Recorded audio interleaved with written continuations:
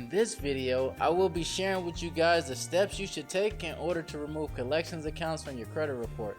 And these steps work regardless if you paid off the collections account or even if you hold an unpaid balance. So be sure to watch through the full video, take notes, like and subscribe for future videos like this. Without further ado, let's jump into it. Okay, so if you have an unpaid balance with these collections agencies, you probably heard this before, and that's to never pay these collections agencies.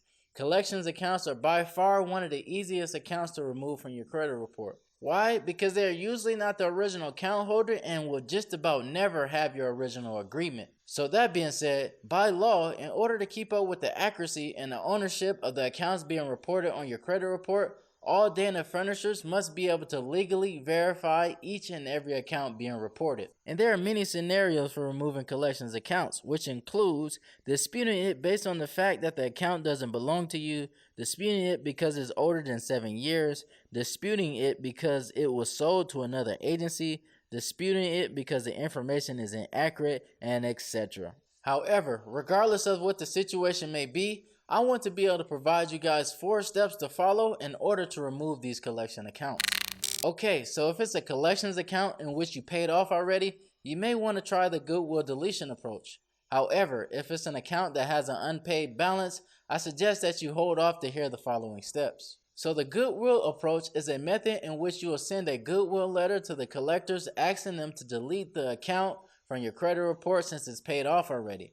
But you may be wondering, why do I care to remove it if it's paid off already? Well, just because it's paid off doesn't necessarily mean this is a good thing, because most collections accounts does have negative payment history, and this negative information will stick with you until the account reaches 7 years from the time it was closed. So that being said, getting this removed will help you reach a higher credit score. However, the goodwill deletion approach doesn't always work for everyone, so this moves us on to the next possible step. The next step would be to dispute these accounts with the 3 major credit bureaus. This can be a complex process depending on how much you know about the credit disputing process. However, if you're unsure about where to start or what to send, I suggest that you visit my website at DIYcreditboost.com, figure out which DIY package works best for you, and don't be afraid to comment your questions below for help. Alright, so now you have your letters and you know what the first letter is that you need to send.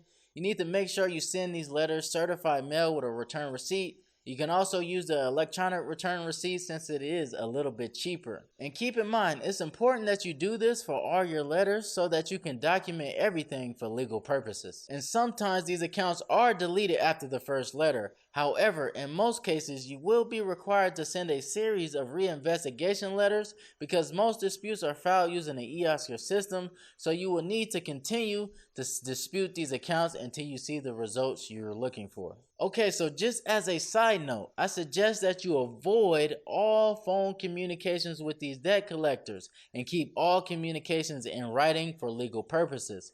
So that being said, that moves us on to the next step, which depends on if these debt collectors contact you directly through mail. So this next step is vital if the debt collectors has contacted you directly through mail. And this step is also effective if you couldn't find any inaccuracies, and that is to send a debt validation letter. But keep in mind, this letter must also be sent certified mail with a return receipt. According to Section 809 of the Fair Debt Collecting Practice Act, if you request a validation of the debt being reported by the debt collectors, these collection agencies are required to validate the debt that they are attempting to collect from you, and if they are unable to validate the debt, they are required to remove the information from your credit report. However, by law, you must also request validation within 30 days of their direct contact with you. Okay, so this last step is last for a reason, and I suggest that you follow the previous steps before considering this method. I recommend that you only follow this step if you did not follow the previous steps correctly, or the debt collectors has validated or verified your ownership to the collections through a signed agreement, or even if you just want to get this debt collection removed in one of the fastest way possible. And this will be considered the pay for delete method. This is a method in which you will negotiate an agreement in which you will agree to pay a fractional settlement price only if the debt collectors agree to delete this account from your credit report. However, it's essential that you get this agreement in writing before making any payments for legal purposes. Alright guys, so that's the many steps you can follow in order to remove collections accounts from your credit report. If you find this video helpful, please smash that like button to help us out in the YouTube algorithm, and also don't forget to subscribe to stay ahead of the game. Until next time, peace.